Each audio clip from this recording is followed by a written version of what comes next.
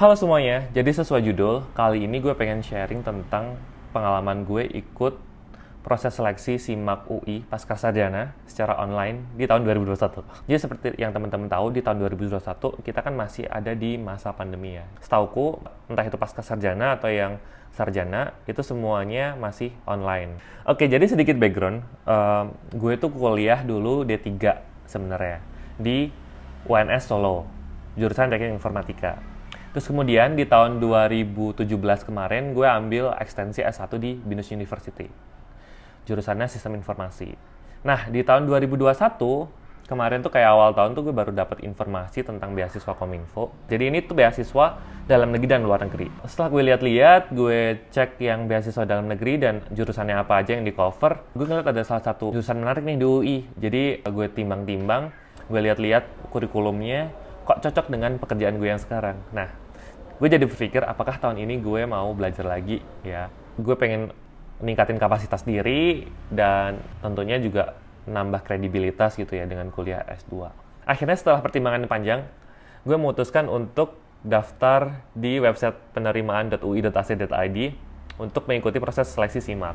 Jadi kenapa proses pertimbangannya panjang ya? Karena mahal cuy. Jadi untuk ngikutin seleksi SIMAK UI ini aja, gue harus bayar 1,2 juta untuk pendaftarannya aja. Nah lumayan kan, jadi kalau emang nggak niat mau kuliah ya mending nggak usah daftar aja sekalian gitu.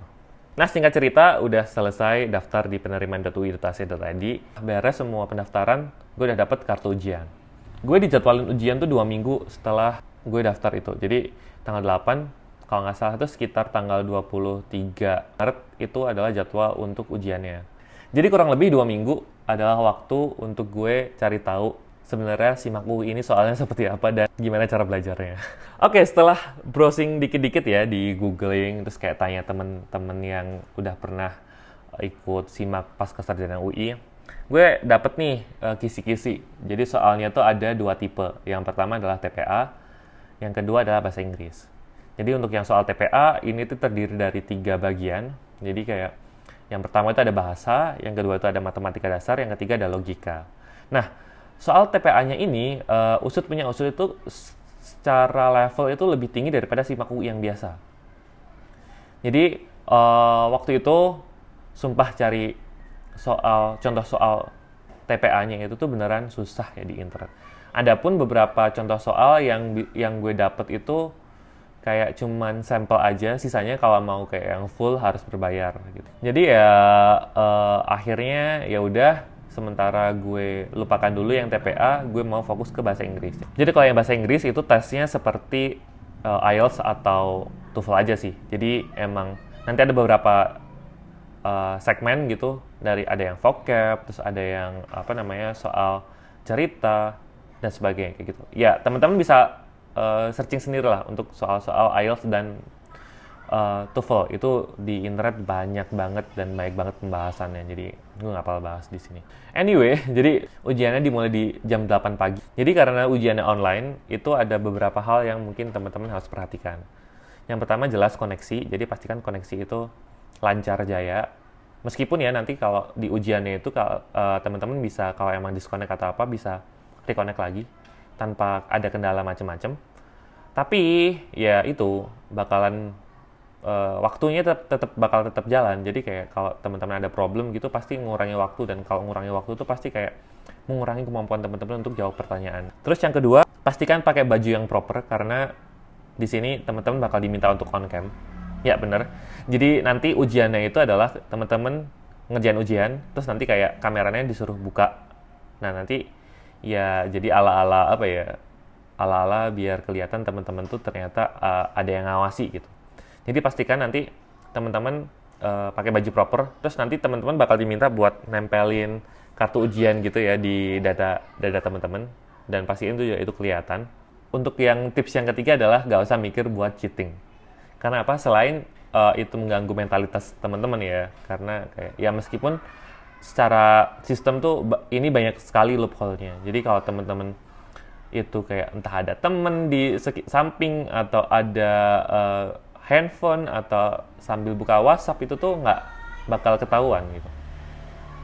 Tapi menurutku itu bakalan justru apa ya istilahnya, bakalan justru bikin teman-teman kayak nggak fokus buat ngerjain. Karena menurutku soal SIMAK ini bukan soal yang bisa nyontek lah, karena soalnya itu sebenarnya semuanya kalau dipikir sendiri bakal dapet jawabannya gitu. Nggak perlu punya expertise tertentu untuk buat jawab, itu nggak perlu. Singkat cerita, ujiannya udah dimulai jam 8. Itu soal yang gue dapet yang pertama itu adalah soal bahasa. Dan gue ngerasa soal ini tuh soal yang paling susah yang pernah gue dapet ya. Karena apa ya? Karena soal ini kan membutuhkan kita untuk tahu diksi-diksi yang aneh-aneh ya. Diksi-diksi bahasa Indonesia yang aneh-aneh. Jadi pertanyaannya tuh seputar kayak padan katanya apa, terus kayak lawan katanya apa, kayak gitu. Nah, berhubung gue itu bekerja di perusahaannya tuh perusahaan multinasional dan kayak tiap hari itu ngomongnya tuh bahasa Inggris, jadi gue tuh kayak jadi miskin kosakata bahasa Indonesia gitu. Jadi karena semiskin itu, jadi gue ngerasa kayak gila, ini soal kayak gue ngerasa 50% gue ngawur kali ya untuk yang untuk yang apa namanya segmen bahasa ini.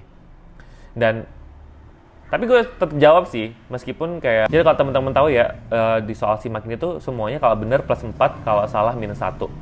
Jadi scoringnya kayak gitulah. Jadi karena gue ngerasa kayak bahasa Indonesia sebenarnya chance buat gue ngisi itu bener itu tinggi, ya kenapa enggak buat dijawab gitu. Akhirnya gue jawab semuanya, tapi meskipun 50% kayak gue ngerasa ngawur, masuklah ke segmen yang kedua, yaitu segmen matematika dasar. Nah, kalau untuk matematika dasar ini, gue ngerasa gue pede sih ngerjainnya, karena gue suka ngerjain matematika gitu. Apalagi matematika yang nggak perlu bikin kita hafal rumus gitu. Soal-soal yang keluar tuh macam soal-soal yang dia itu membuat kita harus berpikir kreatif. Contoh, nih, ada pertanyaan, berapa angka 7 yang muncul dari angka 1 sampai 100? Ya, jawabannya itu 20. Kenapa? Ada 10 angka 7 di bilangan satuan, ada 10 7 di bilangan puluhan. Gitu. Atau contoh lainnya lagi kayak, jika A adalah 18% dari 81 dan B adalah 81% dari 18, maka A sama dengan B. A lebih kecil dari B, C, A lebih besar dari B. Mana yang benar? Jawaban yang benar adalah A sama dengan dari B. Itu kenapa? Nah, penjelasannya ada di sini nih. Terus kemudian setelah matematika dasar, masuk ke soal logika. Kalau soal logika ini menurutku soal yang kalau aku sendiri sih aku ngerasa tidak terlalu susah ya, karena cara jawabnya tuh cukup dinalar aja. Jadi nggak perlu pakai rumus macam-macam yang ngafalin jika P maka Q, jika negasi Q sama dengan berapa. Nah, kayak gitu nggak perlu. Jadi kayak dinalarin aja, kayak jika Adam lapar, maka ada makan. Jika ada makan, maka ada minum. Adam tidak minum. Jadi kesimpulannya apa? Nanti bakal ada opsi A, B, C, D. Pilih aja yang paling make sense. Jadi gitu. Jadi gue nggak bisa jelasin banyak-banyak sih untuk logika sih. Jadi kalau dari gue cukup dinalar aja. Setelah 3 segmen ini, kita dikasih waktu 15 menit untuk istirahat, jadi untuk minum, untuk ke kamar mandi dan sebagainya. Setelah 15 menit, kita bakalan diminta buat login lagi ke website yang tadi, terus langsung mengerjakan soal bahasa Inggris, yang basisnya tuh kalau nggak IELTS ya TOEFL. Udah deh, setelah selesai ujian, semuanya selesai. Dari sini kayak kita tinggal nunggu pengumuman 1 bulan dari sekarang. Which is menurutku aneh aja sih, karena ini kan tesnya online ya, dan nggak perlu koreksi macam-macam. Harusnya sih ketika selesai ujian, nilainya langsung keluar. Tapi nggak tahu kenapa harus nunggu 1 bulan. Oke, jadi sekarang udah tanggal 23 April, jam 1:05. Harusnya sih pengumumannya udah bisa dilihat ya. Kita masuk ke new tab, klik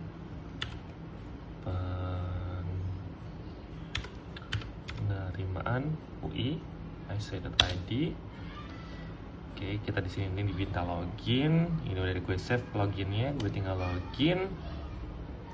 Terus di sini cek, lihat hasil seleksi. 1, 2, 3. Yeay! Nama Adam Firmansyah. Selamat, Anda dinyatakan sebagai calon mahasiswa baru Universitas Indonesia, program studi Teknologi Informasi.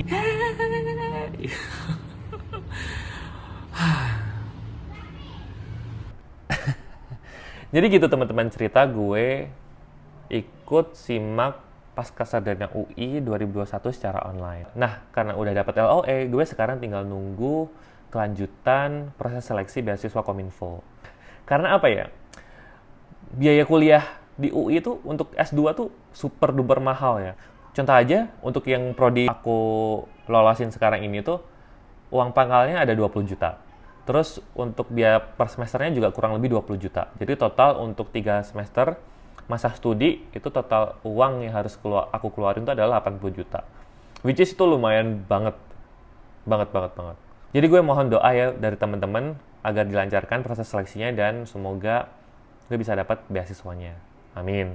Seperti itu, mungkin untuk next-nya gue bakal ceritain juga proses seleksi beasiswa Kominfo, seperti apa berkas-berkasnya dan kayak apa yang harus disiapin dan sebagainya.